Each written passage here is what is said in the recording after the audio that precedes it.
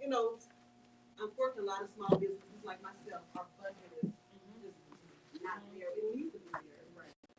It really needs to. That's how we can grow, but we kind of we got to talk about that. But the work that she's doing helps them because that's what I'm saying. It helps that because I don't have to call her. She just does a research and say, okay, y'all got going on. It's this in what I'm doing. I'm gonna put you on there, and I'm so grateful. Because one of those things is like people know they don't know. Are you live? Live. What's up? It's your girl DJ D, aka Jaslyn D the Poet. I know y'all remember me. It's been a long time. Are we live? Hold on. Get on down here to the top. Look.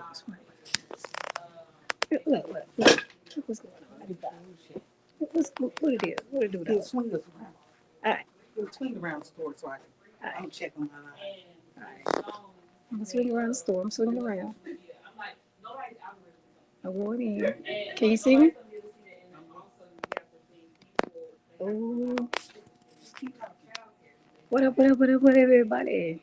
It's your girl DJ D, aka Jaslyn D the Poet. It's been a long time. I know y'all recognize this place. I know you've seen this place. I know you don't mind meeting me here. Yeah, I'm looking kind of, it's rainy day. It's raining in Fort Worth. It's throwing down. But you know what? Don't let little rain stop you from getting out to show your love, show your care.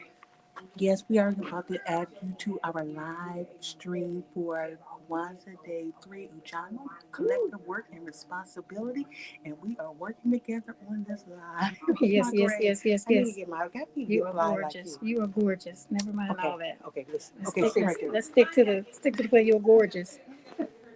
Follow me on Instagram. It's What up? Let me see.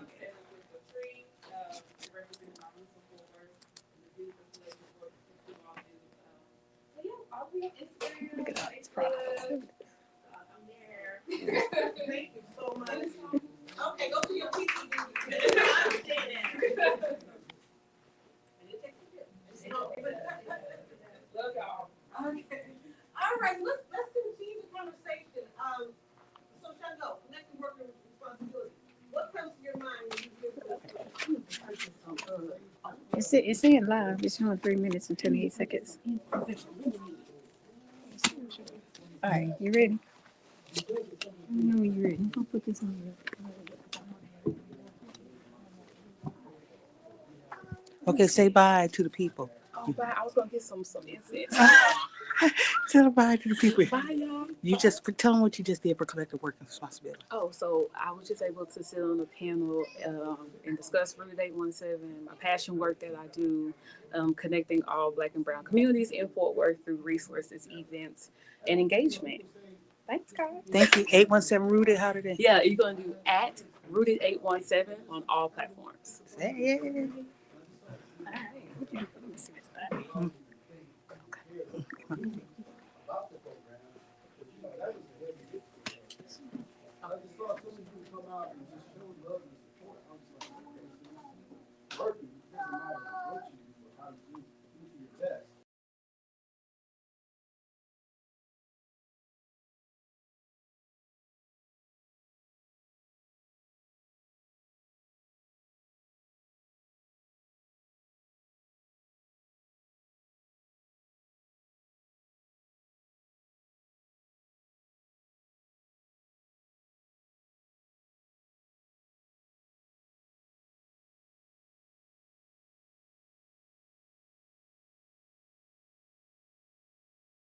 Them the information, we get to, I'm not going to tell you, hey, we get to 50 and 60 years old, it's like, man, I never knew that. I'm growing and I'm learning all this stuff, so why would I keep it for myself when I can just pour it into them? So they don't have to wait 50 years to get it. You know what I'm saying? And I love the fact that they're growers, you know what I'm saying? Because my grandfather grew up, growing the garden pretty much every year, and I can't grow nothing. Right. I can, you know what I'm saying, but it just don't ever turn out right. I drop the seeds, I water, but I say so for me, and I've seen examples of that with Good Fields Farm as well. Good brother out in Forest Hill. he has a farm out there, and he's been slowly and surely opening it up to the community. So I've kind of watched that develop. I've seen that kind of come into fruition. Dewan Fields. Well, Shout out community to farming Dewan is definitely Fields, collective. you know. And so yeah, I've seen examples of that, and like I said, in the drumming, just learning what I can, and then showing and teaching what I know. Not outside what I know, but teaching what I've been shown. Okay. Because I know that it works. Okay. I'm gonna save you. I'm gonna come over here. And when you hear collective work and responsibility, what comes to your mind? So I'm glad that the principles flow the way they have, because I always understand building blocks. Like without self-determination and understanding who I am, I wouldn't be trying to have the collective responsibility, collective work. I wouldn't be trying to do for anybody else. So me understanding me first, I'm so glad it flows that way. And that was the building block to stand on. But so therefore me knowing myself and knowing even over there to Nia, even my purpose, which became my passion, which based on my own background of watching the crack epidemic just devastate our community when I was young. I mean, we had barbecues, we had dinners, and it just wiped everybody out. And so me getting into the field of drug treatment first and criminal justice drug treatment and understanding, because I always understood racism, but I didn't understand systemic until I started working within systems. Oh. And so I know that it's kind of like that, the man that was walking on the beach and he just throwing those starfish back in one by one, and somebody said, look at all these hundreds of starfish. You can't get to all of these starfish. How you gonna make a difference to all these starfish? And he just looked at the guy, he picked up one, threw it in, he said, well, I just made a difference to that one. And so what I do collectively is I try to make a difference to somebody. I'm going to do something for somebody. I gotta, because I have a business, I gotta watch how much radical, because I'm really radical about what I see and how we get treated. It really hurts the way we treat each other too. But the only thing I can do is do what I can do. I can't say everybody else that look like me need to be doing this. We know our skin folk ain't kinfolk. We are amongst that, but I have to shine and I have to do what thus says my believer. I came here to get these clothes and see what was going on. She invited me to sit and share, but the Bible have already said, be ye also ready. So you just need to be ready. If you stay ready, you don't have to get ready. And I'm gonna stay ready with some information. I try to share the information. I try to help mothers. I was a single mom, first child born at 17, second one at 19. So that's another heart of mine. Is helping young sisters. You know what I'm saying? And knowing that you can still do it. It took me till I was 35 to go back, but I went back, and I got myself where I can better take care of my children and my family. And that's the collective work responsibility. And like he was saying, teaching them, like talking to them, teaching them, because we know what they're bombarded with once they leave our doors, once they go into the school system. So just teaching them that we all got to do this together. We've lived together during quarantine. We all live together. And we teach the children to work. We teach the children. My children know how to do everything without me. If I leave here today, they'll be sad, but they won't be lost because they know how to do everything. They know how to do stuff, I love that. That's me. I'm Delora Evans, Full Fruit Empowerment Center. Check me out. Thanks. Okay. Thank you, Ms. Delora. Okay. Which one of y'all ready? We gotta have an introduction for her. Oh, yeah. Okay, we have a new face. Yes. Yes. What's your name? Okay, my name is Sylvia Stinson, and I'm so happy to be here. I actually live in Austin, Texas, but every time I roll through Fort Worth, I make a point to stop by here because this is where the culture is happening.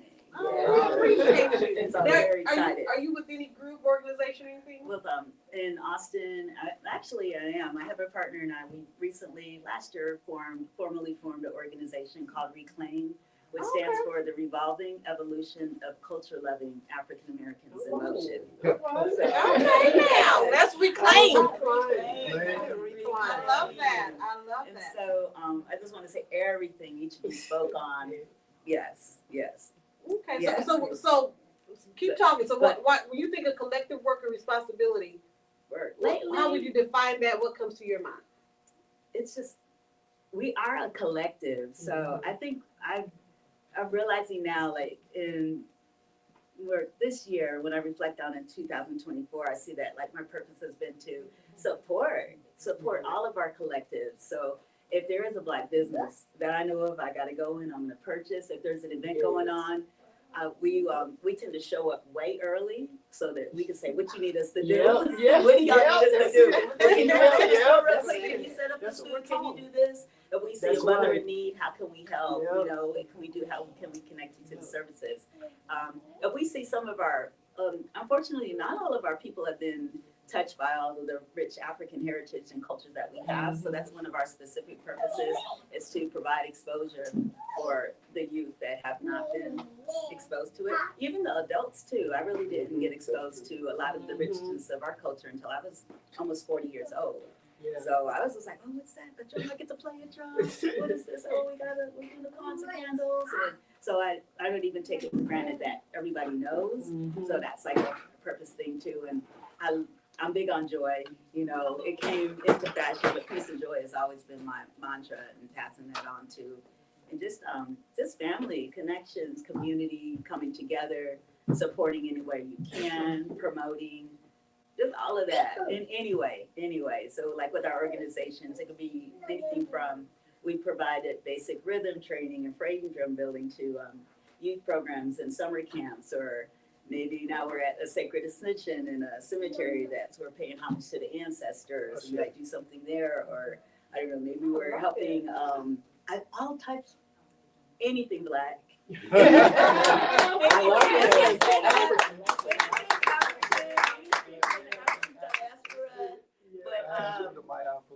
But everybody from you to we're all masters of something, and all of our unique experiences, we have something to offer.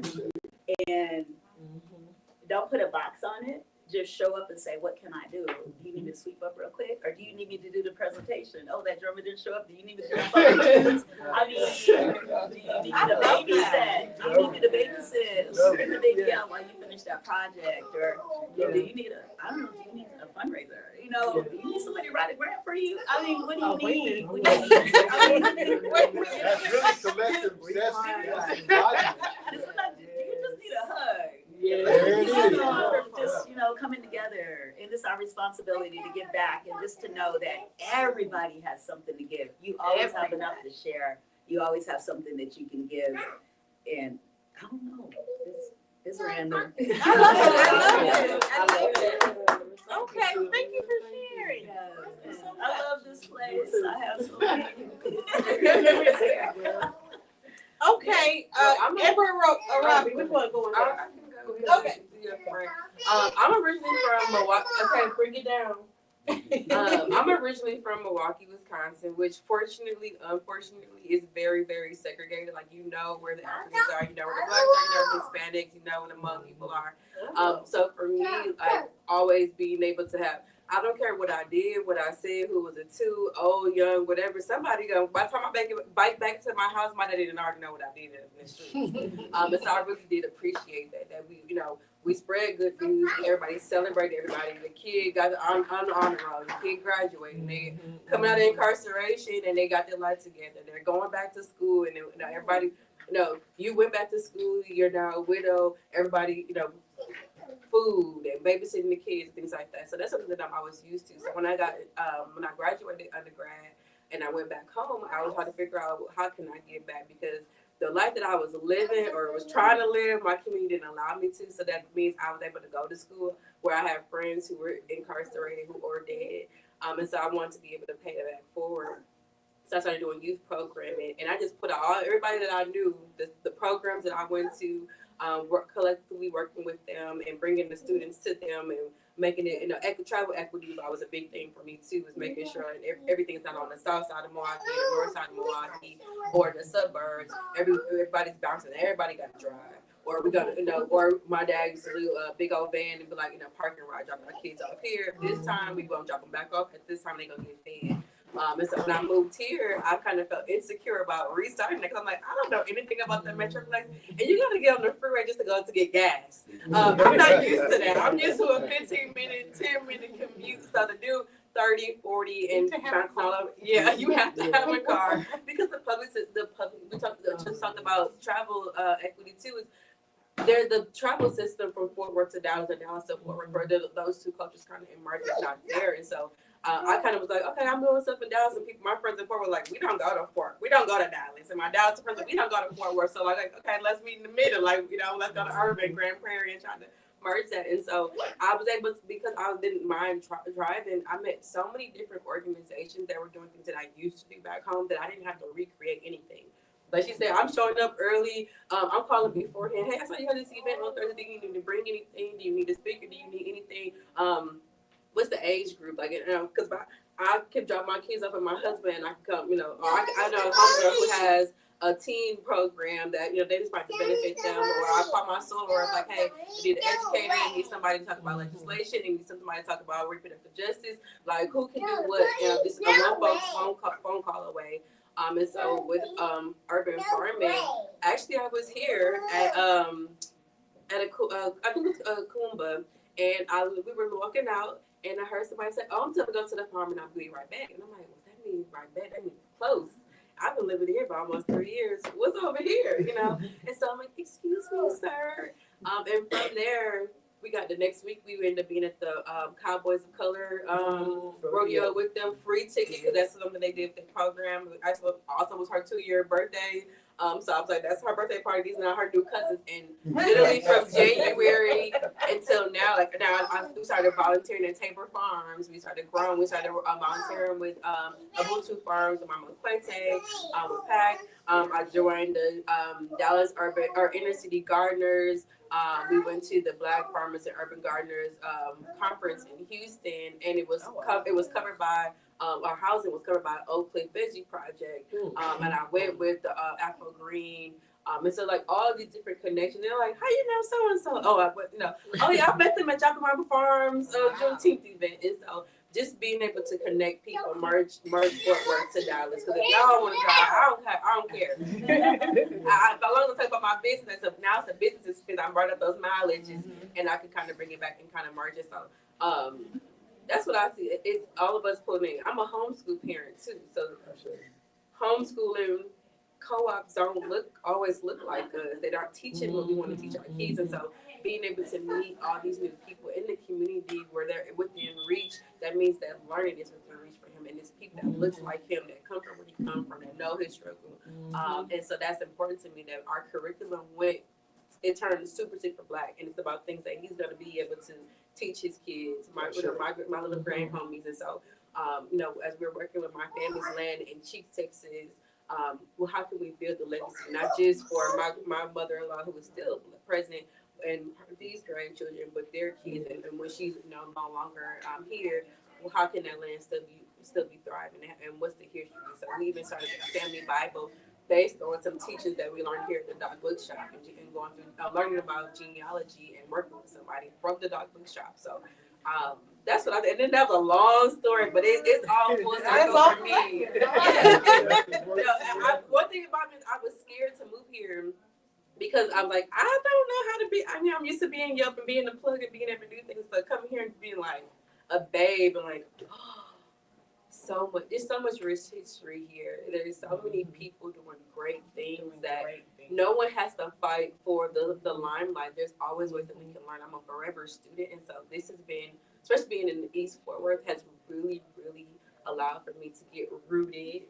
No pun intended. To get rooted, and even though this is not where I'm from being here and meeting people, I actually found out that my paternal father, who he didn't meet, so he was an adult.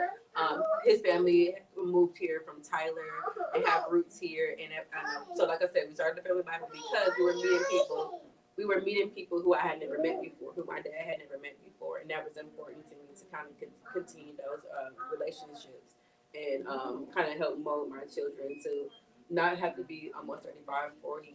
And I know who they are and where they come from. Right.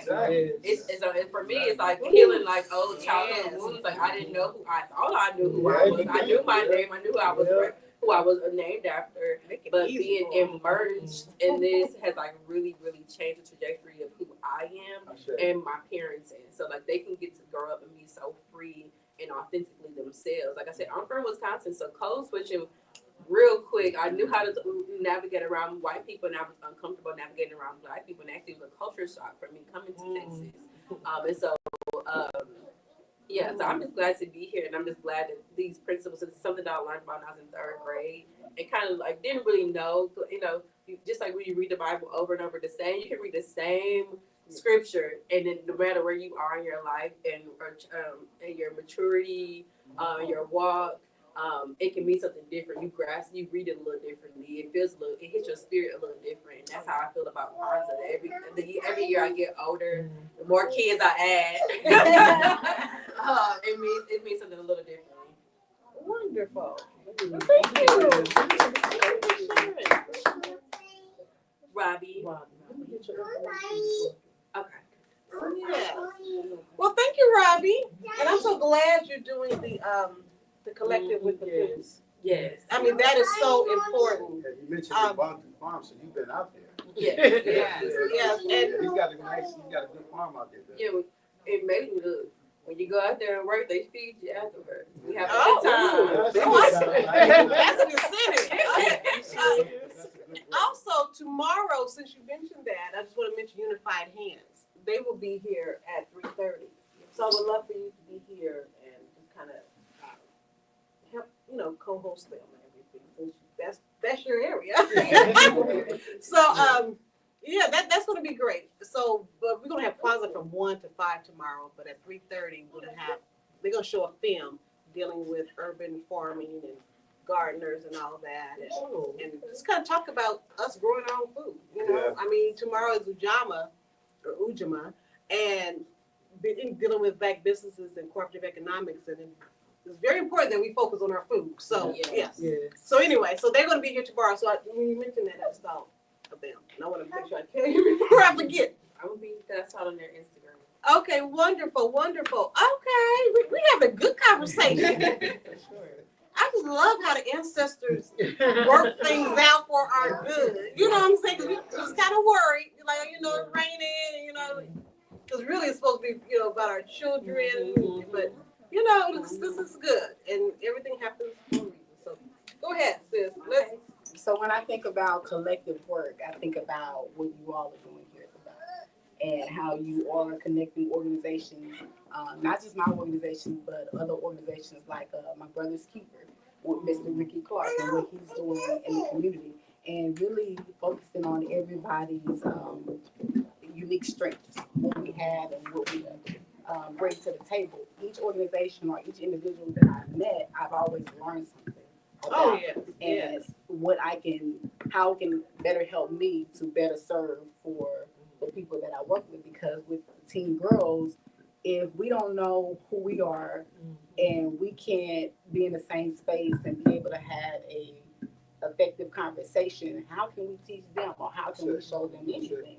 And so one thing I appreciate about collective work is being able to come here and not know much about anything and leave with so much more, and being able to share that with the girls. And so when I think about collective work, it's beyond what is out there in the media. It's back, starting from the roots, starting from at home, and what you all have here, it teaches us that, because when I bring my kids here, they feel free to just learn history, not just history, but learn about different cultures, different people, our own culture, and how can we teach them about the world that they're up against if we don't know where we came from. And so collective work, sharing knowledge, sharing resources, sharing what we all have to offer, what we all have to bring to the table to celebrate. If Kwanzaa is about celebration of culture, how can we celebrate if we don't know? And I think collective work, it's our responsibility to bring it together. That's what you all do here. And then with my organization, Sisterhood, when I meet with the girls, I make sure that the women that are on the board, that we're in check first, how we're doing mentally, physically, spiritually. how we're doing so that we can better serve the girls. Because if we can't get along on our end or what we need to accomplish in our board meetings, how can we better serve the girls? How can we better address their needs if we're not together ourselves? And so collective work to me is everything that everybody's doing. How can we come together? How can we share resources? How can we share knowledge? Because if you don't know about Kwanzaa, how can you celebrate Kwanzaa? If you don't know your history, how can you celebrate your history? If you don't know where you came from, how can you celebrate where you came from or who you are? And so I appreciate, this opportunity and being able to share what collective work means to me and the responsibility it takes all of us. Nobody knows it all. Nobody has all the tools. It takes all of us to, celebrate our history, celebrate our culture collectively. Okay, wonderful. Thank you for sharing. Thanks for sharing. That's awesome. Okay, y'all said some good stuff. I was trying to, I should have had my pad so I could be writing down, kind of summarizing it all, but y'all gonna just, we got this tape, so y'all gotta go back and hear everything. Everybody said, because it was really good. I want to read, and I lost it on the phone. I've had it up, but there it is. Okay. Oh, wait a minute. Ujima.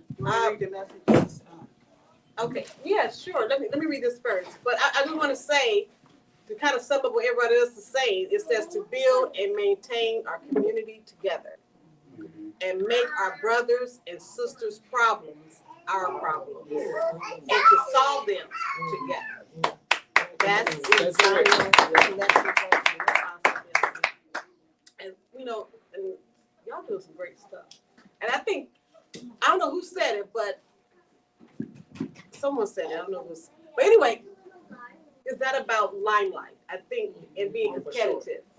It's about everyone coming together and sharing. They said they weren't. Yeah, it's about sharing and everybody just knowing their gift. I think someone said that there because everyone has a role, and so I love that. And you all highlight that. Oh yeah, because again, it's not about. We just want everyone to just kind of be, just connected, and just and help each other. Because you know what, I can't work with teen girls. I love the fact. Woo! So I want to empower you. Within your ministry. Yes, whatever you need space, you need food, let me know. Because we got to work with our girls. I mean, seriously, there's a lot of stuff coming at them. And they got whole esteem issues and they got to deal with a lot. And they are knowledgeable. And so, and you don't want anybody working with them because you don't want them taking advantage of either. Right. So I just want, that's what I'm saying. I know that's not my area. So I need to empower you. How can I help you do what you do? Donna, let me go ahead and wrap, because this is Dr. Malana's message that we have to Okay, say. go ahead. So every year he has a message, and his message, his theme this year is celebrating Kwanzaa in difficult and demanding times, lifting up the light that laughs.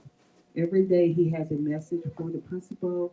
Every year we have read his message, so it's a lot. It's quite detailed than yesterday. But be ready, I'm gonna have you read the one for tomorrow if you're here tomorrow.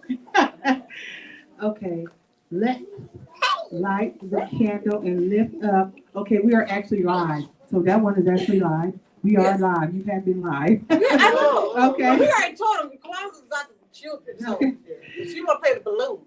Okay, yeah. Go ahead. Let's light the candle and lift up the lasting light of Ujima collective work and responsibility. It speaks to our building community together, sharing burdens and benefits, and constantly striving and struggling to achieve the good world we all want and deserve to live in and leave as a legacy worthy of the name and history of African. Let us light the candle and lift up the lasting light of the principle of and practice of Ujima. So that's what his message, and he has a whole theme that he did, and I invite you guys to go to our website to see his full message, but we'll be reading it every day for his daily principle message. Okay, thank you for sharing. Okay, we're going to do what we call our one-word we'll check out. So kind of like how you feeling, and any last remarks you want to share with the people in regards to Ujima or Ujima, however what you pronounce it. I'm sure that's the correct way, but I don't know. All right, so who wants to let's start with Rob. So any last remarks, and tell us how you feeling. Your one word checkout and any last remarks. I am feeling empowered to be surrounded by you all, to hear how you guys are also helping the community and how we're going to partner in the future. I'm feeling empowered about what, not just what 2024-5 looks like, but what the end of 2024 as we close it out looks like as far as building my community and my village. Awesome. I would feel informed because I've heard, everybody's, story and a portion of what they do. And it's just like, man, I'm not saying my head was buried in something. We all going through something. This year has been very trying for me. I don't know about anybody else. And so, to a degree, when those types of things happen, you just get reserved. And what you do and how you spend your time or whatever. And so it's just, it's just good and refreshing to know, I got a garden room. I got, because I'm into, my thing was with the young men. But it's great to know that, because the females, I'm telling you, I ain't saying y'all started the problem, but, the boys just chase the girls. You know what I'm saying? So the girls, I ain't serious, because that movie, that old series, Chirac, I was all like, man, you talk about how the girls, if the women just do their part. So, a part of it is, again, re-educating, we live so many days without knowing a good, I won't say education. We've embraced their education, but now where's ours? 2 sets of notes. So I love, you mentioned Ricky Clark, the 2 sets of notes. I love the poem. So, we gotta learn and keep embracing who we are. You know what I'm saying? And giving it to them. You know what I mean? Because that's to me, our whole collective work is to make sure that the next generation, what they say, don't fall for the banana in the tailpipe. We give it to them. They're going to have it. And we know what they got because it's the real deal. Can I have 2 words? 2 words came. Yeah. Okay. You in trouble. Say those 2 words. Okay, 2 words I have is inspired and grateful. I've been inspired by everyone sitting here today and everything that I've heard and learned, and I appreciate the work that everyone is doing. And since day one, I've always been inspired by you. Each time I come to the Doc Bookshop, regardless if there's 1 person or 20 people or 100 people, like we're gonna go on sick. We're gonna go on here. We're gonna do the work that the community needs. And I appreciate that because it's so inspirational to say, hey, regardless of what you're doing, as long as you're doing it right, the people will show. The people will come. We will help our people. And I appreciate that. And the other word that I had was grateful. I'm walking into 2025 grateful for what I have and appreciative and that I have people that are doing the same work or aligning, bringing our community together. And so I'm grateful for that. Y'all out there, y'all come visit the Doc Bookshop. Y'all check out. Shameless plug. I'm gonna skip over me because she took my word. Inspired. So I'm gonna go to you and I'm gonna think of something. Well, I wanted to say closing thoughts is that it's 3 things. We're talking a lot about information. The Doc Bookshop is full of information. We can have 1 person walking here about every single book, every single thing that has some knowledge on it, and they can read all of that within a year, and they'll have some information. Okay, knowledge is living by the information, but the main thing is wisdom. So I never want to confuse information with knowledge, with wisdom. Knowledge is knowing that a tomato is a fruit, but wisdom is knowing that you don't put it in a fruit salad. And so that comes over time. And I'm so glad that I've gotten to the age that I'm at, that I can help people to understand, because sometimes we want to rush and be right where someone else is at soon as we show up. That it's a process of getting the information, applying the knowledge, and then wisdom is over time. It's gained over me applying the information and the knowledge over time. And I just want to put that out there because we're very knowledgeable. We have a lot of information, and then sometimes it could be a hindrance when it's not applied in the right ways. But and the word that I feel right now is safe. I feel safe right now. I don't feel safe a lot, so I feel safe in here.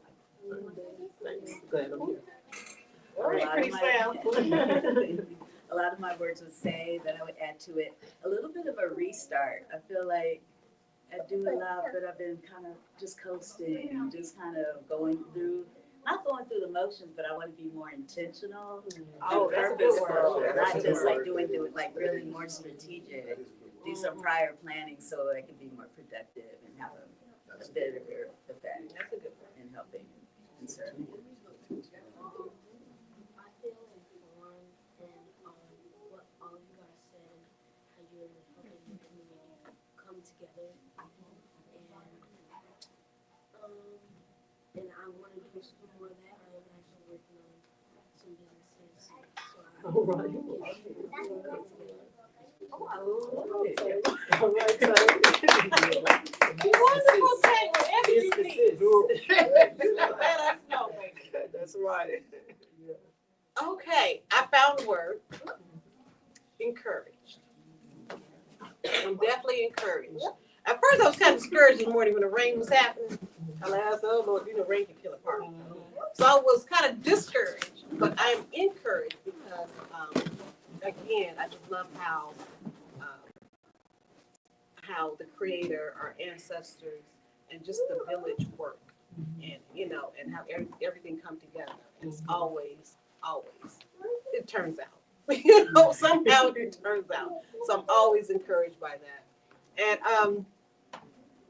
I just want to this Ujima is probably, all the principles are important. Unity is important, self-determination is important, but this third one is very important. Well, it's important. All of them are very important. Yeah.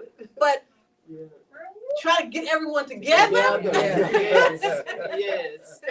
That's, And unity is getting everyone together, but get everyone together to work. Especially it's a challenge, and but I'm glad to see so many programs and projects and people just coming together and doing great work. And I love how she was here earlier, 817 Rudy. She talked about her platform in which she's trying to bring everyone together so that we can be informed on what everyone is doing, what everyone can offer, so we can better serve each other and help each other. So so this is I love Kwanzaa. I really do. I think it's a beautiful time of year, and each day I'm just excited about it because each principle is so important, and just bringing everyone together to work and be responsible for our community is a big one. for sure. It's a big one for sure. All right, so we're going to close out again. Thank you, our community conversation panelists. Okay, Shango Wale. You're going to close us out with our 7 Harambes. So we say Harambe 7 times, and on the 7th time we'll hold it. Okay. Are we gonna do our power up, or are you gonna pull down one? Which one you do? You want to pull down today? You gonna pull down on the last one we go on? Okay. All right. We'll So start up high, pull down, and on the last one we're go up. Okay. All right. gonna. All right. Harambe, Harambe, Harambe, Harambe, Harambe.